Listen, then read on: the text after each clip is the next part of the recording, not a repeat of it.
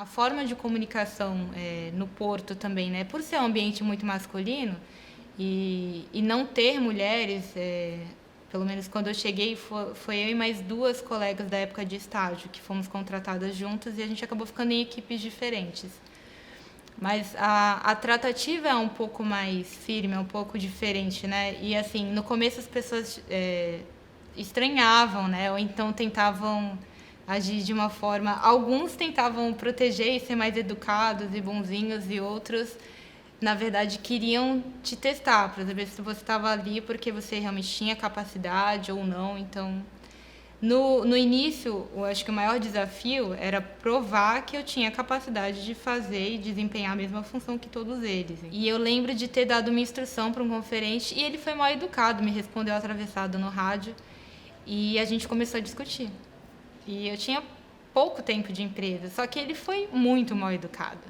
E aí eu sabia que naquele momento, se eu não mantesse a minha postura muito firme, eu ia perder o respeito de todo mundo. Então, eu discuti durante alguns minutos com esse conferente no rádio, e aí o coordenador na época ouviu, e aí pediu para a gente parar de discutir e que ele ia conversar conosco. E aí, no final do período, ele chamou nós dois e a gente sentou numa sala, e, enfim, expomos o que estava acontecendo. No final das contas, depois de um tempo, esse conferente acabou virando até meu amigo. Então, assim, é uma pessoa pela qual eu até adquiri um carinho depois. Mas é muito daquilo, né? As pessoas acabam, às vezes, criando preconceitos, né? Então, assim, ele me viu muito nova, menina, nunca tinha trabalhado comigo, e assumiu que o que eu estava dando de instrução, de ordem para ele, enfim, estava errado, ou não era o que ele queria fazer, e ele estava acostumado a fazer o que dava na telha dele. E a gente teve essa discussão. Então, acho que foi um momento decisivo que eu percebi, não, eu consigo dar conta disso daqui. Que eu não me... E assim, ele era acho que uns 30 anos mais velho que eu na época. Eu devia ter uns 20 e poucos, ele devia ter mais de 50.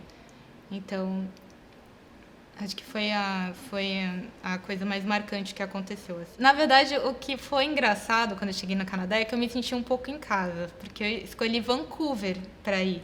E Vancouver é uma cidade portuária. Então, assim, além disso, Vancouver tem ferryboat. Então, assim, eu literalmente me senti em casa porque eu estudava de um lado da cidade e eu tinha que atravessar o canal. Então, quem lê o livro vive 1000 vidas, né? Então, assim, toda vez que você entra em contato com uma história, seja através de um livro ou... Hoje a gente tem vários meios de comunicação, né? Você pode conhecer histórias de inúmeras formas.